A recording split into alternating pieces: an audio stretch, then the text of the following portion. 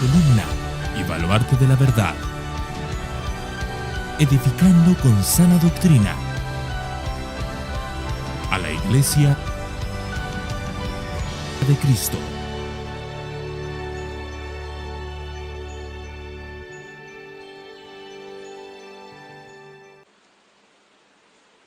Buenos días, hermanos, ¿cómo están? Dios les bendiga.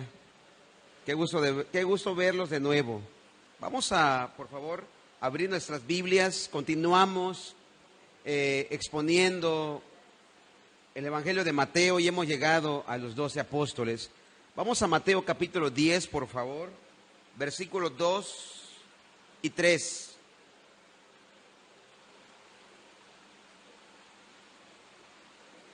Ahí vamos encontrando la lista de los 12 apóstoles.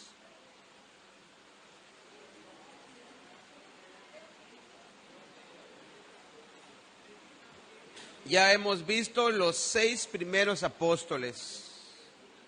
¿Alguien lo puede enlistar? Pedro, el siguiente, Andrés, Jacobo, Juan, Felipe, Natanael. ¿Y quién sigue en la lista? No, Tomás. Sí, vamos en el versículo 2. Leemos los nombres de los 12 apóstoles son estos.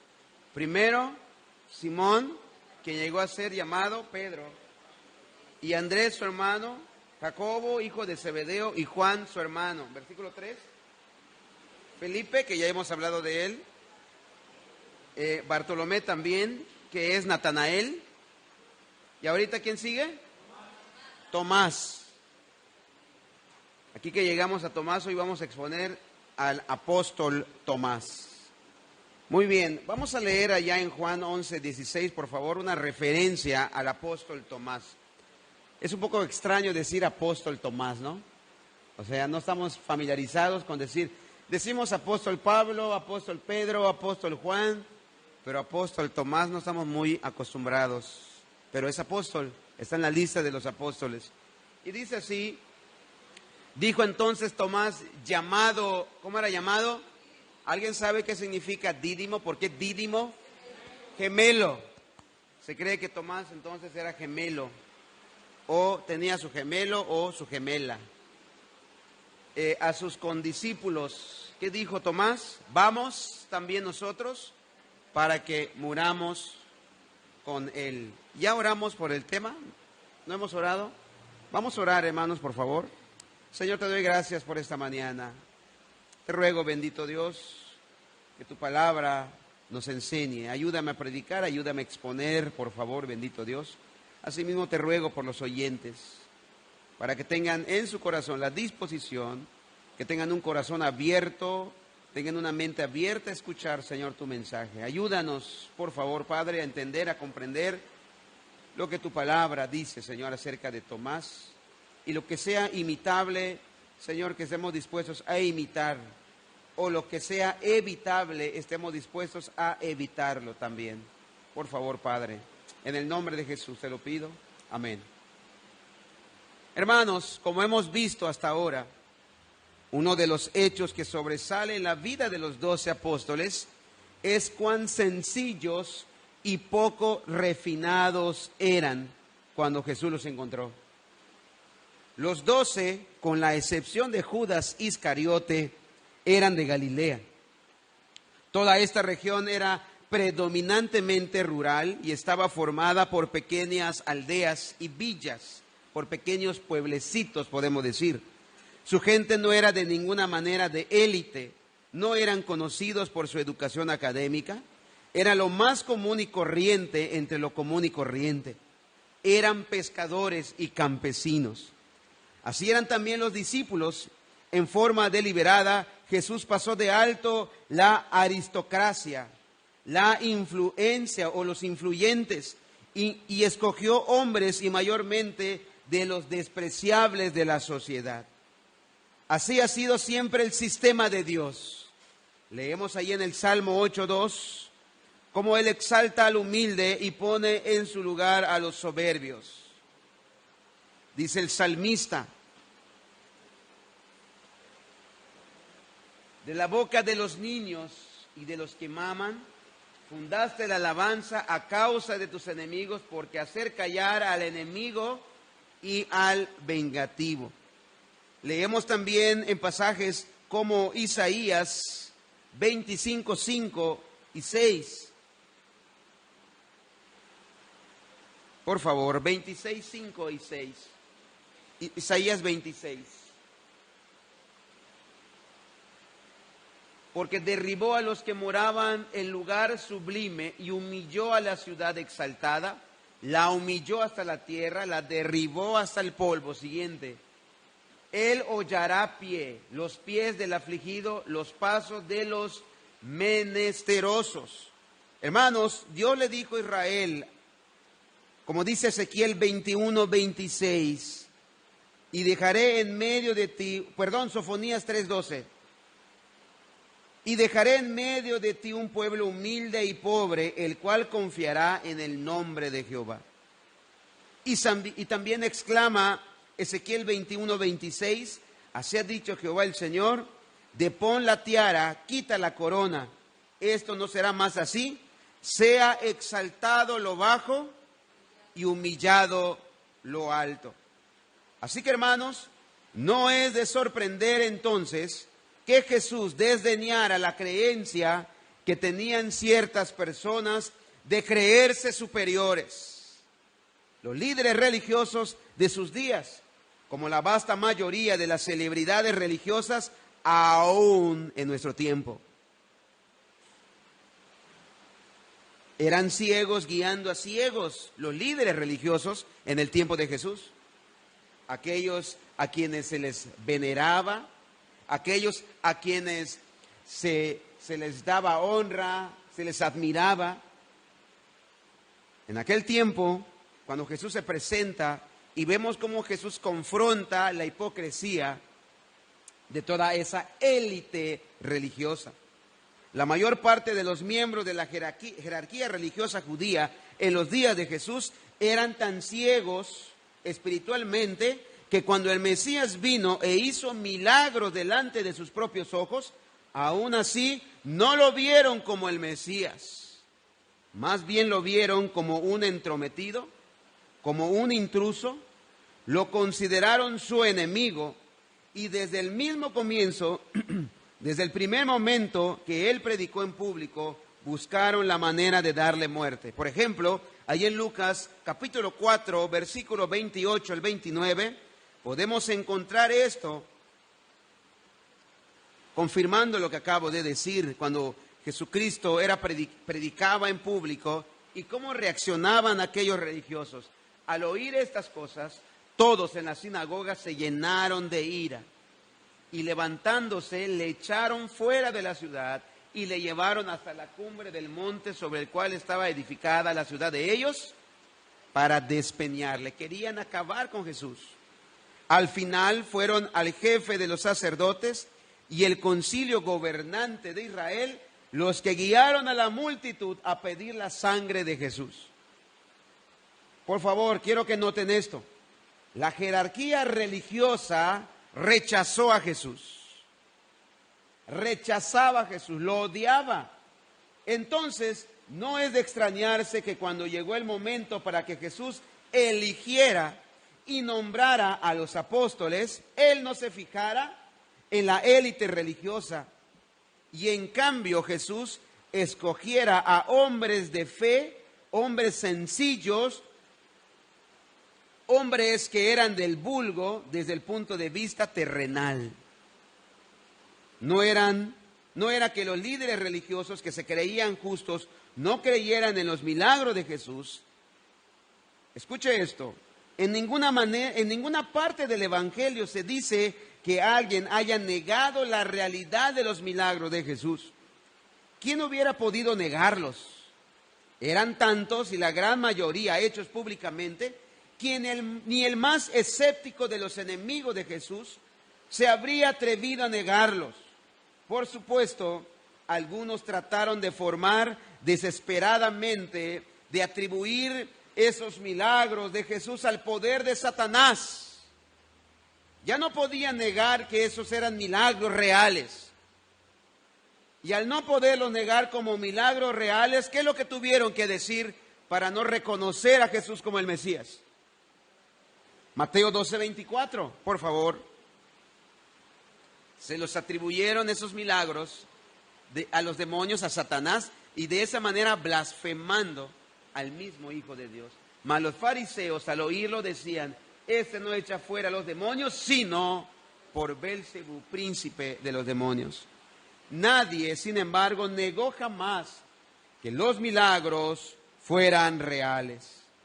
Todo lo que quisiera podía ver que él tenía poder para echar fuera demonios y hacer los milagros que quisiese hacer. Francamente, nadie podía preguntarse si él tenía poder sobre el mundo sobrenatural. Pero lo que irritaba a los líderes religiosos no eran los milagros. Ellos podrían haber vivido con el hecho de que Jesús había caminado sobre el mar o que pudo alimentar milagrosamente a 5,000 personas. Lo que no podían tolerar era que él llamara a los pescadores. Lo que ellos no podían tolerar era que él buscara a los pecadores. Lo que ellos no podían tolerar, que el mismo Jesús inclusive les llamara a ellos, a los fariseos, pecadores. Ellos jamás no se reconocerían a sí mismos como pobres, como cautivos, como ciegos y como oprimidos. Dice Lucas 4:18, por favor. Leemos ahí en Lucas 4:18.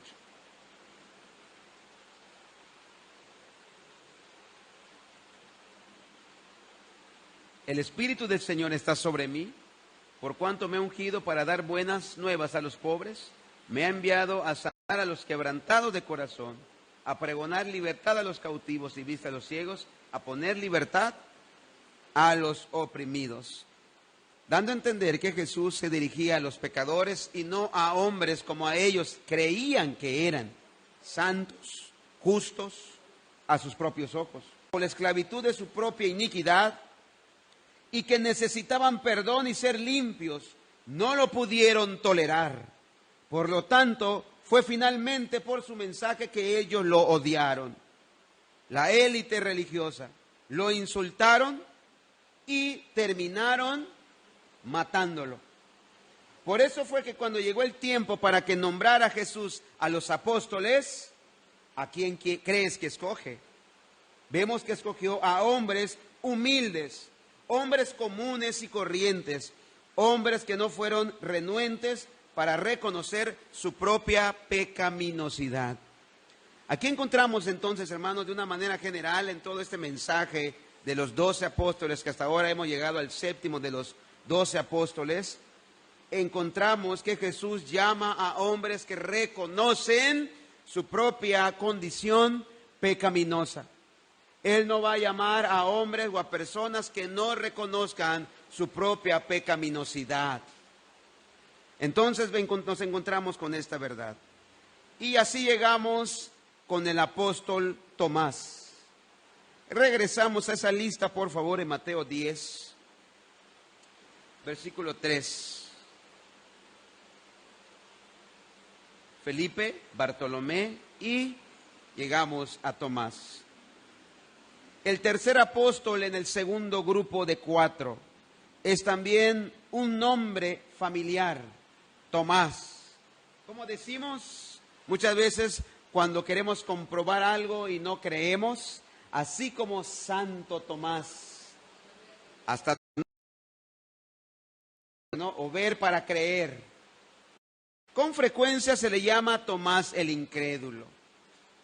Pero esa quizás no sea la etiqueta que le quede mejor, porque fue un hombre mejor de lo que la opinión popular parece suponer. Más bien que las dudas parecía ser el pecado que lo atormentaba. Según Juan 11:16, por favor, leemos de nuevo. Dice así: dijo entonces Tomás, llamado Dídimo, a sus condiscípulos: vamos también nosotros para que muramos con él. A Tomás también se le llamó Dídimo, que quiere decir gemelo. Aparentemente tenía un hermano gemelo o una hermana gemela, pero la Escritura no lo identifica. Al igual que Natanael, Tomás es mencionado una sola vez en cada uno de los 3 evangelios sinópticos. En cada caso simplemente se da su nombre en una lista junto con los de los otros 11 apóstoles. Ni Mateo, ni Marcos, ni Lucas dan detalles sobre él. Todo lo que sabemos nos lo proporciona el Evangelio de Juan. Es obvio por el relato de Juan, que Tomás tenía la tendencia de solo mirar los lados más oscuros de la vida. Siempre parecía anticipar lo peor, pero no obstante su pesimismo a través del relato que hace Juan, es posible ver algunos elementos maravillosos redimidos de su carácter. La primera vez que Juan lo menciona es en este versículo, en Juan 11:16. Es un solo versículo, pero dice mucho sobre el carácter de Tomás. En este contexto, Juan estaba describiendo el preludio a la resurrección de Lázaro. En este versículo, Jesús había salido de Jerusalén debido a que su vida allí corría peligro. Dice Juan 10:40, por favor, leemos. Dice así, en el contexto de lo que estamos mencionando de Juan 11:16. Y se fue de nuevo al otro lado del Jordán, al lugar donde primero había estado bautizando Juan, y se quedó allí. Leemos el siguiente, por favor. Y muchos venían a él y decían, Juan a la verdad, ninguna señal hizo, pero todo lo que Juan dijo de Jesucristo era verdad. Versículo 42. Y muchos creyeron en él allí. La gente creía acerca de lo que se decía de Jesús. Es probable que este haya sido el tiempo más fructífero de los discípulos. Que los discípulos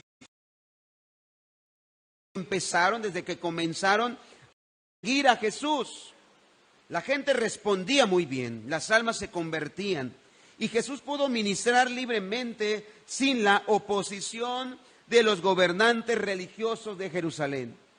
Pero algo ocurrió que vino en el desierto. Juan describe, y vamos a el capítulo 11, versículo 1 y 2, por favor, de Juan. Juan 11, 1 y 2. Estaba entonces, sigue describiendo narrativamente lo que está sucediendo. Inmediatamente dice, estaba entonces enfermo uno llamado Lázaro, de Betania, la aldea de María y de Marta, su hermana. Versículo 2, María, cuyo hermano Lázaro estaba enfermo, fue la que ungió al Señor con perfume y le enjugó los pies con sus cabellos. Betania estaba en las afueras de Jerusalén. Jesús había establecido una relación estrecha con esa pequeña familia que vivía allí. Los amaba con un afecto especial. Se había hospedado con ellos algunas veces y ellos habían provisto para sus necesidades. Ahora, ¿qué sucede aquí? Su querido amigo Lázaro estaba enfermo, por lo que María y Marta le enviaron un mensaje. Versículo 3, por favor. Enviaron pues las hermanas para decirle a Jesús, Señor, he aquí, el que amas está enfermo. Ellas sabían que si Jesús iba a ver a Lázaro, lo sanaría. Esto, no obstante, representa un dilema. Si Jesús iba a aquel lugar tan cercano a Jerusalén, estaría entrando en la zona de peor hostilidad para Jesús. Ahí en Juan 10:39, por favor, leemos, y dice que los líderes judíos buscaban la forma de arrestarle y ya habían decidido darle muerte. Dice, procuraron otra vez prenderle, pero él se escapó de sus manos. Entonces, al acercarse Jesús a Jerusalén, a ese pueblo muy cercano a Jerusalén, Jesús estaba corriendo mucho peligro. Él ya los había eludido una vez, ya se había escapado de ellos. Pero si regresaba a Betania, de seguro que lo descubrirían y tratarían de arrestarlo, de apresarlo de nuevo. Jesús corría peligro. Los discípulos deben de haber suspirado, aliviados, cuando Jesús respondió. El versículo 4 ahora de Juan 11, por favor, donde estamos siguiendo la secuencia de esta historia. Versículo 4. Oyéndolo, Jesús dijo: esta enfermedad no es para muerte, sino para la gloria de Dios, para que el Hijo de Dios sea glorificado por ella. Obviamente, lo que él quería decir era que la muerte de Lázaro no sería el resultado final de su enfermedad. El Hijo de Dios se glorificaría al levantar a Lázaro de la muerte. Recordemos que él fue resucitado. Por supuesto, Jesús sabía que Lázaro moriría. De hecho, sabía la hora misma de su muerte, así como Jesús mismo sabe el día y la hora de la muerte de cada uno de los que nos encontramos aquí. ¿No les asombra eso, hermano? ¿No les causa temor? ¿No les causa temblor? Al saber que Jesús sabe el día, la hora, el momento y cómo cada uno de nosotros será su último suspiro. Y por la misma razón que Él sabe, es el único que lo sabe, porque eso no lo sabe ni Satanás, deberíamos entregarle nuestra vida a Él precisamente. Deberíamos encomendar nuestra alma a Él precisamente, porque Él sabe el día, el momento y la hora, así como sabía el día, el momento de la muerte de Lázaro. Leemos, por favor, Juan escribe allá en el versículo 5 y 6, continuamos. Y amaba a Jesús a Marta, a su hermana y a Lázaro.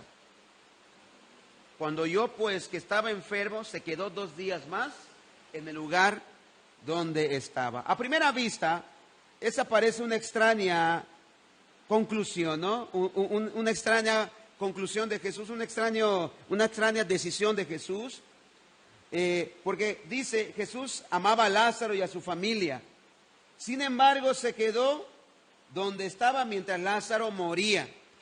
¿Cuál sería lo lógico, humanamente, pensando, razonando, que inmediatamente Jesús iría a verlo, ¿no? Porque los amaba, dice aquí el texto. Entonces vemos que Jesús se retrasaba deliberadamente para darle a Lázaro tiempo para morir. Hermanos, aquí hay una argumentación muy fuerte, porque muchos enseñan que los cristianos no deben de enfermarse, que un creyente no debería de enfermarse, que Dios no quiere tu enfermedad o Jesús no quiere que tú estés enfermo. Pero vemos que Lázaro amaba a Jesús y Jesús amaba a Lázaro. Pero Jesús permitió que Lázaro enfermara. Y no solo permitió que enfermara, sino permitió que muriera. Aquí hay una argumentación muy fuerte. Otro que podemos notar enfermo es el apóstol Pablo. Él hablaba de un aguijón en la carne. Y era un hombre de fe. Entonces, hermanos, podemos concluir que se va a cumplir en nuestras vidas la voluntad de Dios. Sea enfermedad, y no debes de pensar, Dios no me ama porque estoy enfermo. No, dice aquí que Jesucristo amaba a Lázaro, sin embargo, dejó que siga enfermo. Y aún lo dejó morir. Y Él lo amaba, pero había un propósito mayor. Si tú estás enfermo y no has sanado de alguna enfermedad, no significa que Dios no te ame. Significa que la voluntad de Dios se está haciendo y cumpliendo en tu vida para la gloria de Él. Siempre deberíamos de pensar de esta manera, hermanos, que mi vida sea para la gloria de Dios. Si mi enfermedad va a ser para la gloria de Dios, que así sea. Y aun si mi muerte resultara para la gloria de Dios, que así sea. Entonces vamos a entender esto. Y continuamos exponiendo y parafraseando lo que estamos hablando de este texto. Entonces vemos que Jesús retrasaba a propósito para darle tiempo a Lázaro para que él muriera. Pero este fue un acto de amor. Porque la última o en última instancia, la bendición que recibieron cuando Lázaro fue levantado de la muerte fue una bendición mayor que si hubiese sido sanado de una enfermedad. Porque ellos fueron testigos del poder glorioso de Jesucristo. Glorificó mucho más a Jesús y fortaleció la fe de ellos en el Señor. Fue por eso que Jesús esperó un par de días más, de manera que cuando llegó ya hacía 4 días que Lázaro había muerto. Versículo 39, por favor.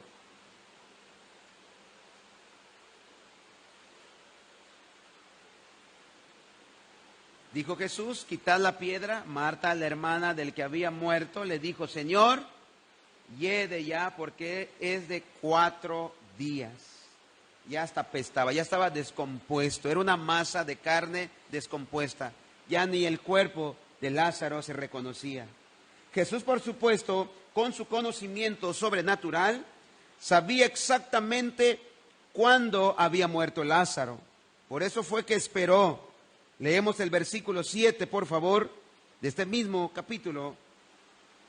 ¿Qué dijo Jesús? Luego, después de esto, dijo a los discípulos, vamos a Judea otra vez. Regresemos a esa región. Vamos. Y nos encontramos y fueron a la familia del muerto, de Lázaro. Los discípulos pensaron que eso era una locura. Versículo 8. Le dijeron los discípulos, Rabí, ahora procuraban los judíos apedrearte y otra vez vas allá. ¿Para qué vas? Te van a matar.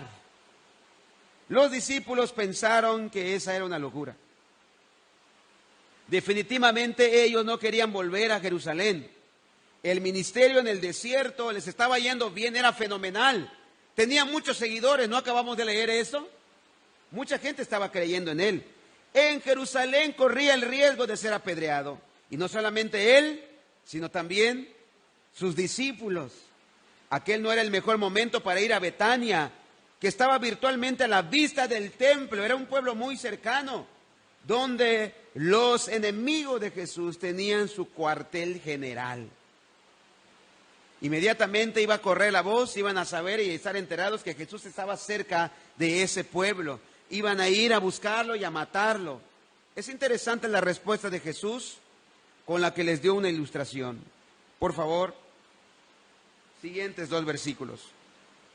Respondió Jesús, ¿no tiene el día 12 horas? El que anda de día no tropieza porque ve la luz de este mundo. Versículo siguiente. Pero el que anda de noche tropieza porque no hay luz en él. En otras palabras, lo que Jesús estaba diciendo es que él no tenía la necesidad de esconderse como un vulgar criminal. Estaba decidido a hacer su obra a la brillante luz del día. ¿Qué es lo que usted hace para no tropezar? Va en el día, no sale de noche. Los que andan en la oscuridad están en peligro de tropezar, particularmente los dirigentes religiosos que buscaban secretamente una manera de darle muerte. Les dijo eso a los discípulos para calmarlos. Obviamente ellos no querían volver allá para morir, pero Jesús les aseguró que no tenían nada de qué temer. Y por supuesto él sabía que su tiempo para morir estaba en el horario de Dios, no en los días, no en el plan de sus enemigos. Nuestro Señor dejó claro su propósito, versículo 11. Dicho esto, les dijo después, nuestro amigo Lázaro duerme, mas voy para despertarle. Los discípulos no captaron el sentido de lo que Jesús les acababa de decir. Versículo 12, por favor. ¿Qué dijeron ellos? Señor, si duerme, sanará. Si solo duerme, ¿por qué no dejarlo descansar? Pensaban los discípulos. Después de todo, Jesús ya había dicho que su enfermedad no era mortal. Los discípulos no podían ver la urgencia de la situación. Para ellos, Lázaro ya estaba en el camino de la recuperación. Lázaro ya estaba mejor, pero ahora estaba cansado y dormía, no descansaba. Pero leemos en el versículo siguiente, por favor. 13, 14, 15, pero Jesús decía esto de la muerte de Lázaro. Y ellos pensaron que hablaba de reposar del sueño. Entonces Jesús les dijo claramente, Lázaro ha muerto. Siguiente. Y me alegro por vosotros de no haber estado allí, para que creáis, mas vamos a él. Ahora entendieron, Jesús tenía que volver, estaba diciendo, o estaba más bien decidido a hacerlo. Nadie lo podría convencer de no ir. Es posible que les haya parecido el peor de los posibles desastres, porque ahí están tus enemigos, Jesús, que quieren matarte. Tenían mucho temor porque estaban convencidos de que si Jesús regresaba a Betania, muy cerca de Jerusalén, encontraría la muerte. Pero él estaba decidido. Hermanos, fue a esta altura que Tomás habló. Aquí es donde lo encontramos mencionado por primera vez en todos los registros de los evangelios. Versículo 16, por favor. Aparece en escena al apóstol que estamos estudiando, Tomás. Dijo entonces Tomás, llamado Dídimo. ¿Están entendiendo, hermanos, el contexto? La respuesta, las palabras de Tomás son, hermanos, de un héroe. Son heroicas estas palabras. Tomás, llamado Dídimo, dijo a sus condiscípulos, vamos también nosotros, no lo dejemos solo, para que muramos con él. Wow. Hermanos, lo que hace Tomás aquí era heroico. Tal vez él estaba así, cierto, de una manera pesimista, que eso era típico de Tomás, sin embargo era un pesimismo heroico. Él no podía ver más que desastre por delante. Estaba seguro de que Jesús iba directamente al lugar donde lo apedrearían. Pero si eso era lo que el Señor estaba dispuesto a hacer, Tomás estaba inevitablemente dispuesto a ir y morir junto a su maestro. No se puede sino admirar su valentía. No es fácil ser pesimista. Es una forma muy lamentable de vivir. Un optimista quizás habría dicho, vamos, todo va a salir bien, Jesús. Vamos, Jesús. Vamos a salir de esta. El Señor sabe lo que hace. Él dice que no nos va a pasar nada, pudieran decir. Estaremos bien. Pero el pesimista dice, Él está yendo a la muerte, como Tomás. Y nosotros vamos a morir con Él. Por lo menos Tomás tuvo el valor de ser leal. Podemos encontrar otro rasgo en el carácter de Tomás, su lealtad a su maestro. ¿Cuántos me escuchan? Aún a pesar de su pesimismo, es mucho más fácil que un optimista, sea leal, porque siempre espera lo mejor. En cambio, para un pesimista es difícil ser leal porque está convencido de que le va a pasar lo peor. Este es un pesimismo heroico, el de Tomás. Es un valor auténtico. Tomás había dedicado su vida a Cristo. En este sentido, tiene que haber sido como Juan. Cuando pensamos en alguien que amaba a Jesús y buscaba estar cerca de él, por lo general, pensamos en Juan, precisamente porque siempre estaba cerca de Jesús. Pero en este relato se ve claramente que Tomás no quería vivir sin Jesús. Si Jesús iba a morir, Tomás estaba listo para morir con él. En esencia, lo que dice es algo parecido así. Muchachos, despabilense. Vamos y enfrentemos la muerte. Mejor es morir y estar con Jesús que quedarnos aquí. Tomás fue un ejemplo de valor. Fue un ejemplo de valor para el resto de los apóstoles. Parece que ellos, como un solo hombre, lo escucharon. y siguieron su ejemplo y dijeron, está bien, vamos y enfrentemos la muerte, porque todos fueron con él a Betania. Obviamente la profunda devoción de Tomás por Cristo no podía ser empañada ni por su pesimismo. Nunca había pensado que seguir a Jesús sería algo fácil. Todo lo que podía ver eran las fauces de la muerte, abriéndose para tragárselos. Pero siguió a Jesús con un valor decidido. Si era necesario, estaba resuelto a morir con su Señor en lugar de abandonarlo. Prefería morir que quedarse vivo y separado de Cristo. Si leemos ahí en Juan 14:2, por favor. Se ve nuevamente el profundo amor de Tomás por el Señor.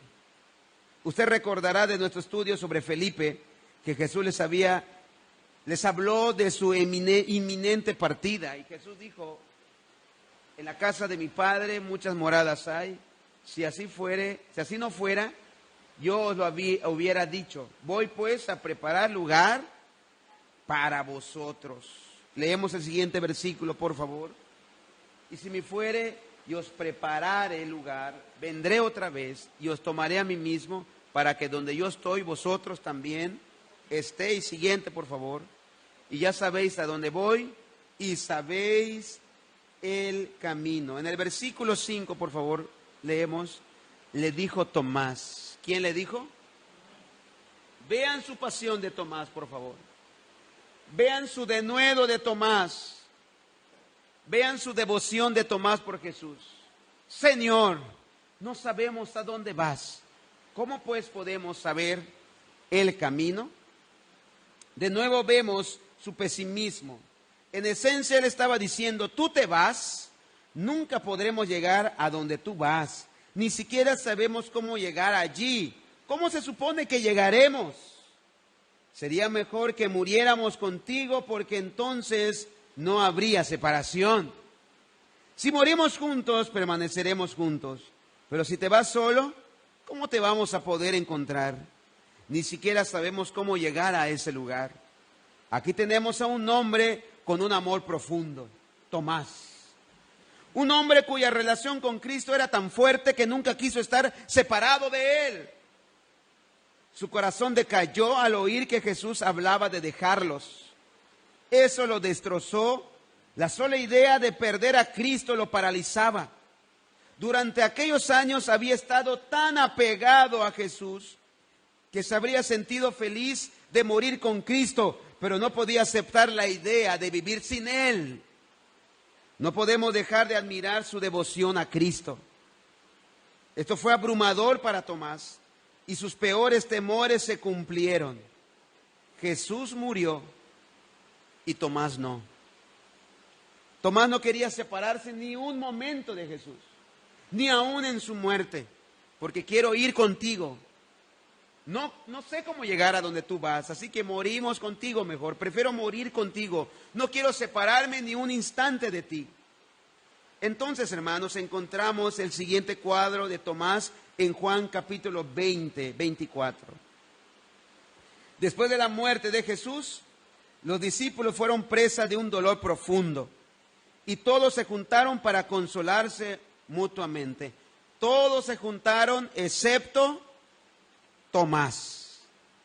Leemos versículo 24 del capítulo 20 de Juan. Pero Tomás, uno de los 12, llamado Dídimo, no estaba con ellos cuando Jesús vino. ¿Por qué no estaba con ellos, Tomás?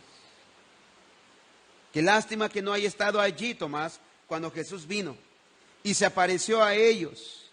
Se habían encerrado en un cuarto los discípulos, en un lugar posiblemente el aposento alto en Jerusalén. Juan escribe en el 19:20 ahora, por favor.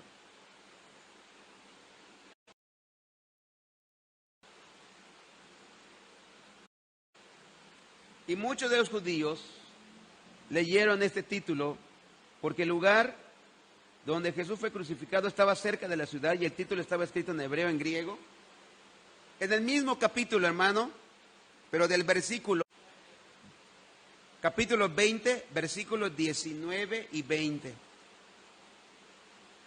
Cuando llegó la noche de aquel mismo día, el primero de la semana, vea cuando se reunieron, estaban las puertas cerradas en el lugar donde los discípulos estaban reunidos.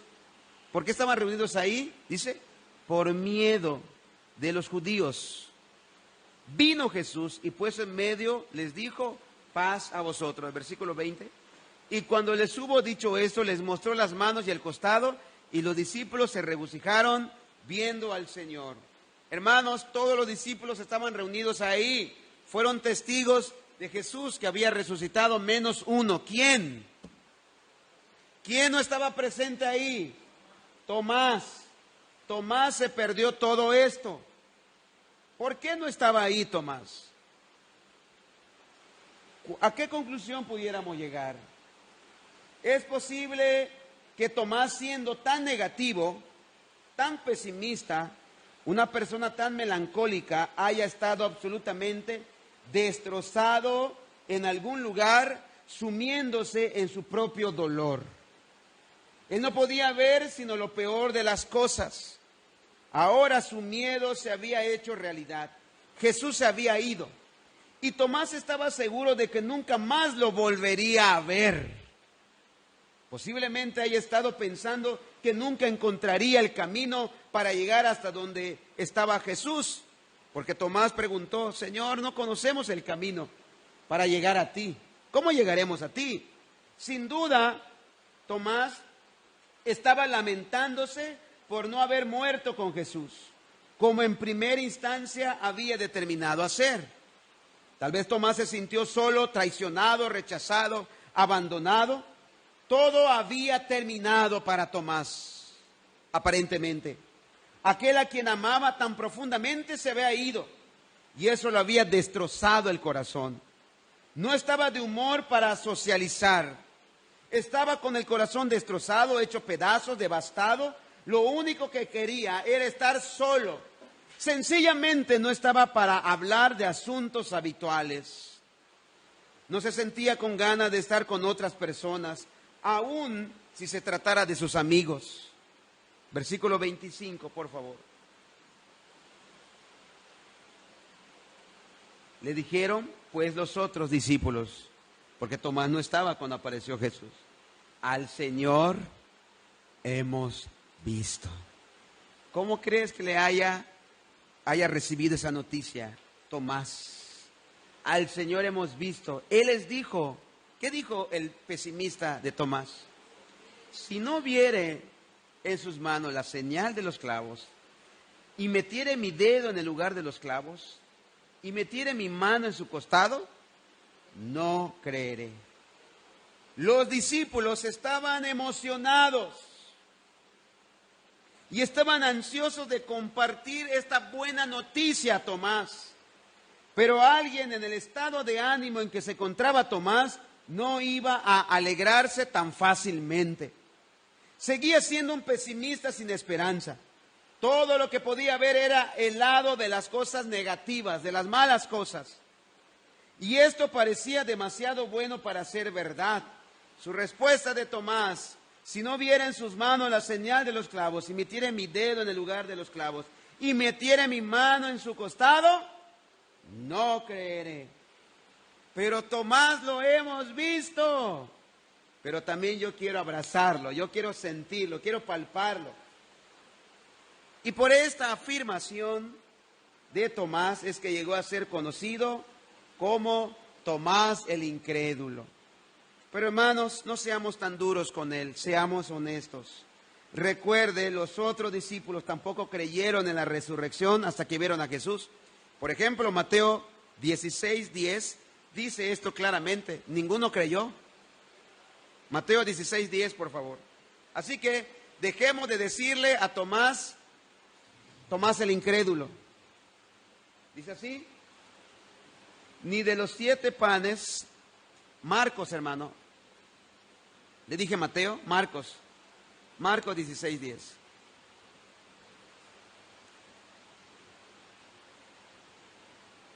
Yendo allá, lo hizo saber a los que habían estado con él, que estaban tristes y llorando. Versículo 11.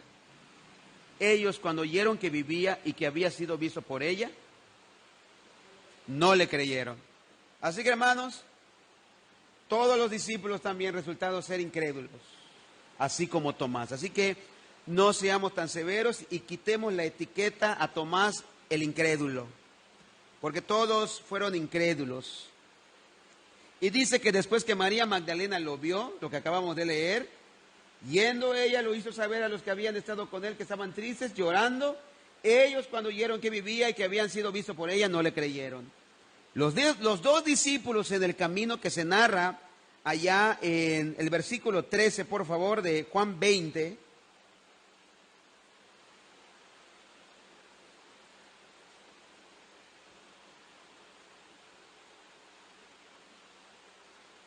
A ver, estoy mal. A ver, 20, por favor, hermano. Dice así: y cuando les hubo dicho esto, le mostró las manos, cuando apareció Jesús, el costado, y los discípulos se regocijaron viendo al Señor. ¿Cuándo creyeron ellos?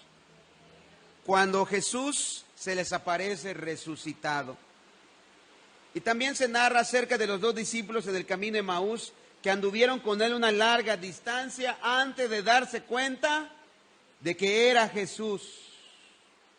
Y leemos aquí: ellos fueron y le hicieron saber a los otros, y aún a ellos creyeron. Cuando Jesús apareció en el cuarto donde los discípulos estaban reunidos, les mostró las manos y el costado, entonces creyeron, pero todos fueron lentos para creer, no solo Tomás. Todos fueron lentos para creer. Hermanos, lo que distingue a Tomás de los otros 10 no fue que su duda fuera mayor. Escuche, por favor. Lo que distingue a Tomás de los otros discípulos no fue de que su duda fuera mayor, sino que su dolor fue mayor. Juan 20, 26, por favor. Dice así: 8 días después. ¿Cuándo se habían reunido? No, pero se menciona en los versículos anteriores el primer día de la semana. Y se volvieron a reunir de nuevo el primer día de la semana. Estaban otra vez sus discípulos dentro y con ellos Tomás. Ahora estaba Tomás, porque le habían dado la noticia. Tomás se reunió con ellos. Llegó Jesús estando las puertas cerradas y se puso en medio de ellos y les dijo: paz a vosotros. Versículo 26. Bueno, 27, perdón, hermano. Luego luego dijo a Tomás: pon aquí tu dedo y mira mis manos, y acerca tu mano y métela en mi costado, y no seas incrédulo, sino creyente. Hermanos, el Señor fue extraordinariamente gentil con Tomás. Tomás había errado porque estaba más o menos predispuesto, él estaba pesimista, pero su error fue el error de un amor profundo. Fue provocado por la angustia, porque tenía el corazón roto, por la incertidumbre y por el dolor de la soledad. Nadie podía sentir lo que Tomás sentía, a menos que amara a Jesús como Tomás lo amaba. Por eso Jesús fue tierno con él. Él entendía la debilidad de Tomás, así como la palabra también enseña que entiende nuestras debilidades, debido a nuestra condición, debido a nuestra depravación total. Hermanos, somos difíciles de creer, difíciles en creer.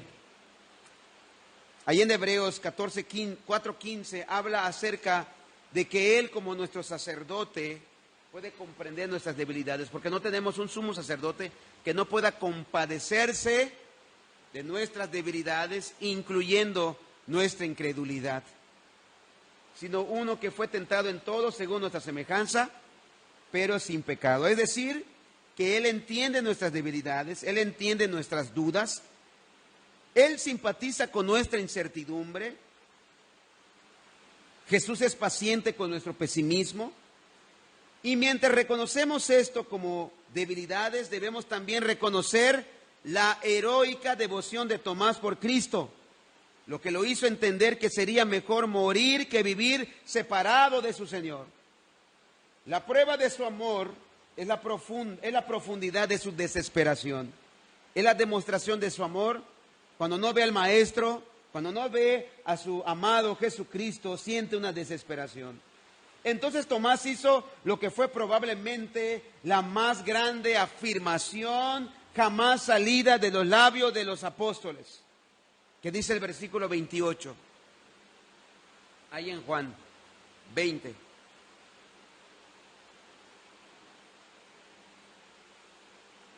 Entonces Tomás respondió y le dijo: Señor mío y Dios mío. Aquellos que dudan de la deidad de Cristo, hermanos, que por favor escuchen las palabras de Tomás. ¿Y cuál fue la respuesta de Jesús? Jesús le dijo: porque me has visto, Tomás, ¿creíste?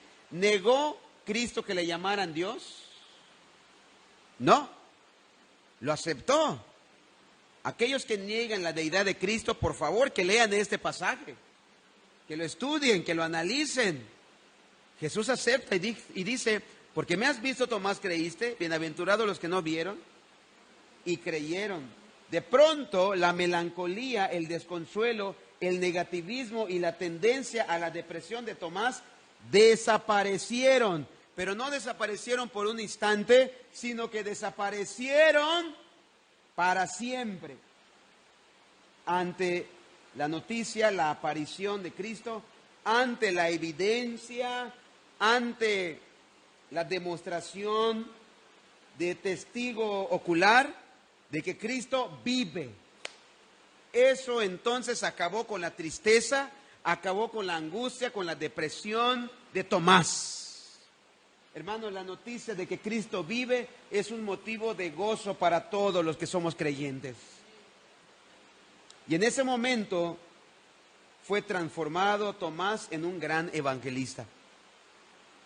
Poco tiempo después, en Pentecostés, junto con los otros apóstoles, fue lleno con el Espíritu Santo y recibió poder para el ministerio. Él, con sus compañeros, llevó el evangelio hasta lo último de la tierra. Hermanos, ya estoy en la recta final acerca de esta narrativa que estamos haciendo de Tomás. Hay una cantidad considerable de antiguos testimonios que sugieren que Tomás, ¿hasta dónde llegó Tomás? ¿Hasta dónde fue predicando el evangelio Tomás? Tomás llevó el evangelio hasta la India. Aún hoy existe un pequeño cerro cerca del aeropuerto de Chennai, Madrás, India, donde se dice que Tomás fue sepultado. En el sur de la India hay iglesias cuyas raíces pueden seguirse hasta los inicios de la era de la iglesia.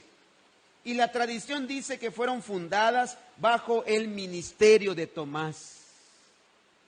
La tradición más confiable dice que fue llevado al martirio por su fe. Escuche esto, por favor. Habiendo sido atravesado con una lanza.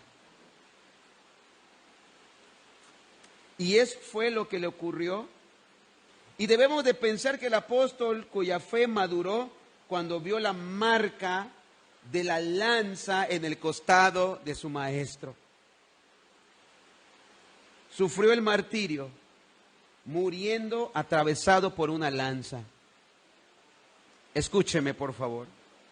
Cumpliéndose así su mayor anhelo de estar nuevamente reunido con su maestro. Hermanos, ¿qué vamos a hacer con lo escuchado hoy? ¿Qué aprendemos del apóstol Tomás? ¿Qué mensaje hay en todo esto? Yo encontré aquí 4 cosas y aún 5 que no lo tengo en mi anotación. Espero que no se me pase, que me lo recuerden, por favor. Hay un 5º más. Primero, hermanos, en el versículo que leímos, cuando Tomás participa y habla, ¿qué dice Tomás? ¿Cómo habla Tomás?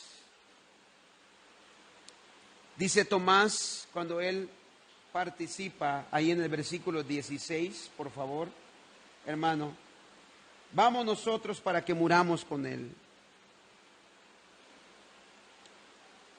En la narración de Juan 11, Las palabras de Tomás deben de ser inspiradoras para cada uno de nosotros.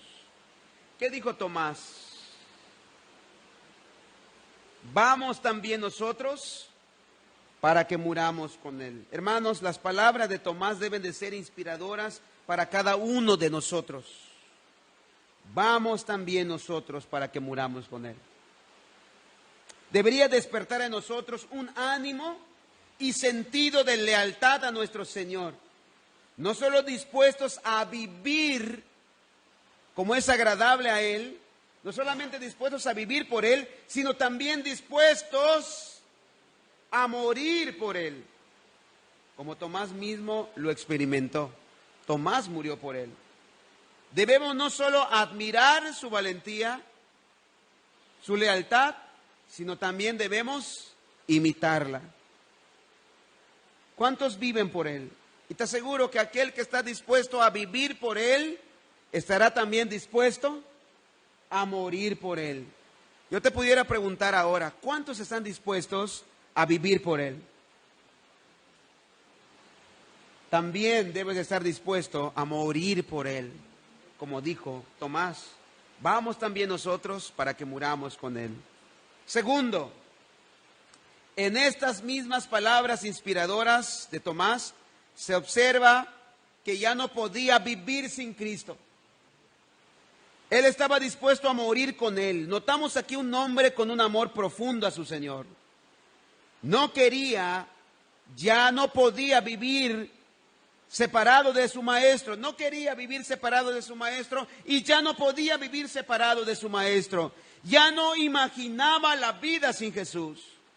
Su comunión con Él le daba sentido a toda su existencia. Su devoción y afecto a Jesús es admirable y además es imitable. Aprendamos de esta devoción y pasión de Tomás por Cristo, para que imitemos esa misma devoción y pasión por nuestro Señor Jesucristo. Hermanos, en esto aprendemos que Tomás no fue el que dudaba más, sino que entre los apóstoles era el que lo amaba más. Él no solo quería que le contaran, Tomás no solamente quería que le contaran, Jesús resucitó, lo hemos visto, sino él quería y anhelaba mirar y tocar de nuevo a su Maestro.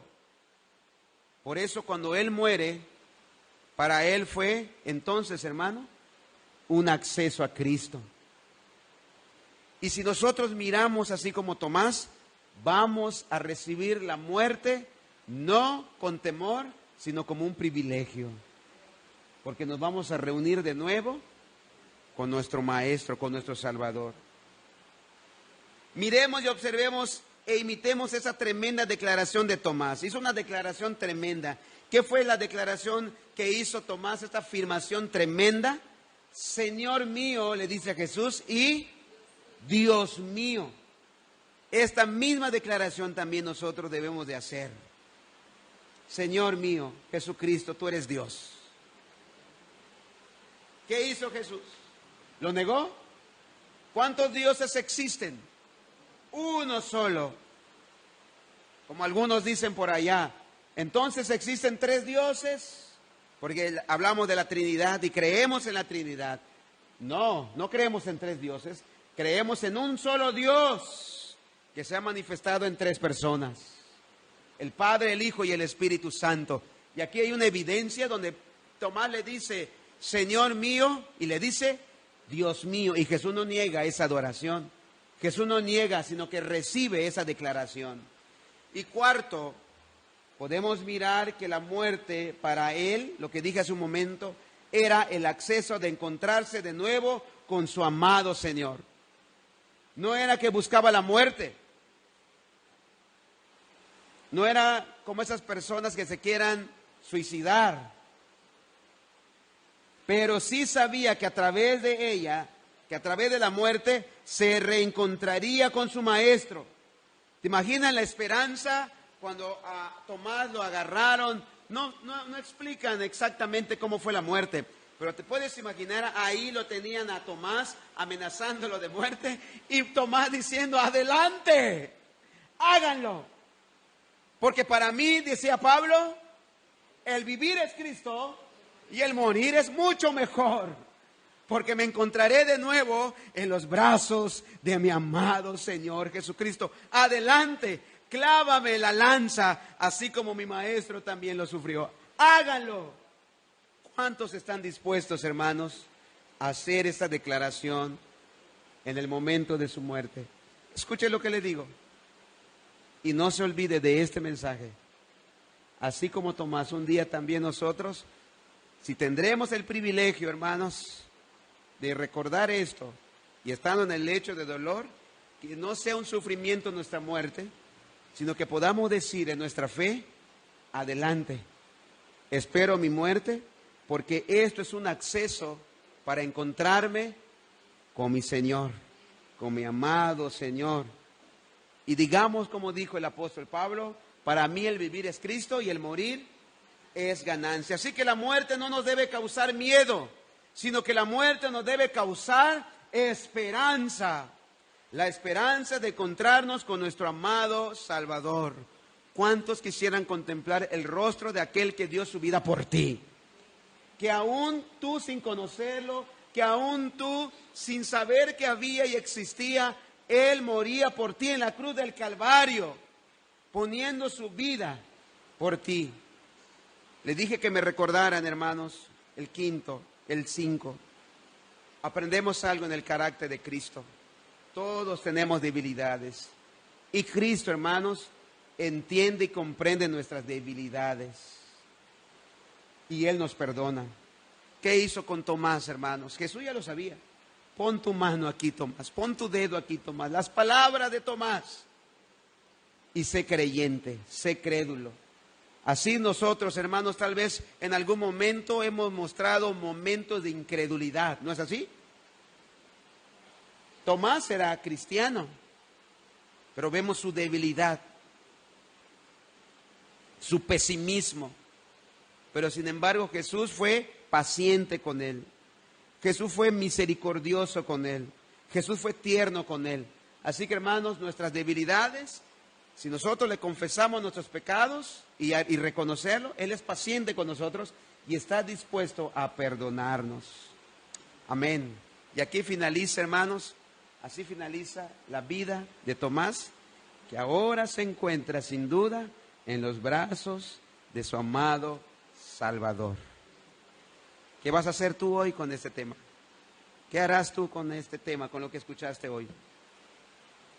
Nos ponemos de pie, hermanos, por favor. Bendito Dios. Como dice el cántico, el himno que entonamos, Cristo me ayuda por Él a vivir. Cada momento le entrego mi ser. Oh Señor, ayúdanos a entender esta frase. Ayúdanos a entender lo que dice, Señor, estas palabras. Cantemos con entendimiento, con sabiduría. Cada momento la vida me da. Cada momento conmigo Él está. Y dice el himno, hasta que llegue su gloria a ver. Tomás vivía cada día así, con la esperanza de ver su gloria, con la esperanza de encontrarse con Él. Cada momento le entrego mi ser. Señor, te ruego que pongas esa devoción en nosotros, así como en Tomás. Señor, no imaginarnos la vida sin ti. Y el anhelo de reencontrarnos, o más bien encontrarnos contigo. De no temer a la muerte, sino mirar la muerte como una esperanza de poder abrazarte, de estar contigo, como el apóstol Pablo también habla y dice. Por favor, bendito Dios, en el nombre de Jesús, ayúdanos, Señor, y que este mensaje se grabe en los corazones, en las mentes, en las conciencias. Y Señor, en el día de nuestra muerte, en los minutos de nuestra muerte, podamos tener en nuestra mente y corazón esta convicción: para mí el vivir es Cristo, pero el morir es lo mejor que le puede pasar a cualquier creyente. Esa esperanza tenía Tomás. Gracias, bendito Dios, por tu palabra, que sea de consuelo para cada corazón. Asimismo, Señor, nos despedimos de este lugar, pero tu presencia nos acompaña. Bendice las manos que colaboran, las manos que ofrendan, las manos que contribuyen, Señor, que dan de lo que reciben de su sueldo, de lo que reciben de su salario, de lo que reciben, Señor, de lo que se dedican. Por favor, Padre, bendice su negocio, bendice su empleo, fortalécelo, Señor, con salud física y también, Señor, con sabiduría espiritual. Gracias, bendito Dios. En el nombre de Jesús nos despedimos de este lugar, pero tu presencia nos acompaña. En Cristo Jesús. Amén. Amén. Hermanos, Dios les bendiga. Estamos despedidos y nos despedimos de los hermanos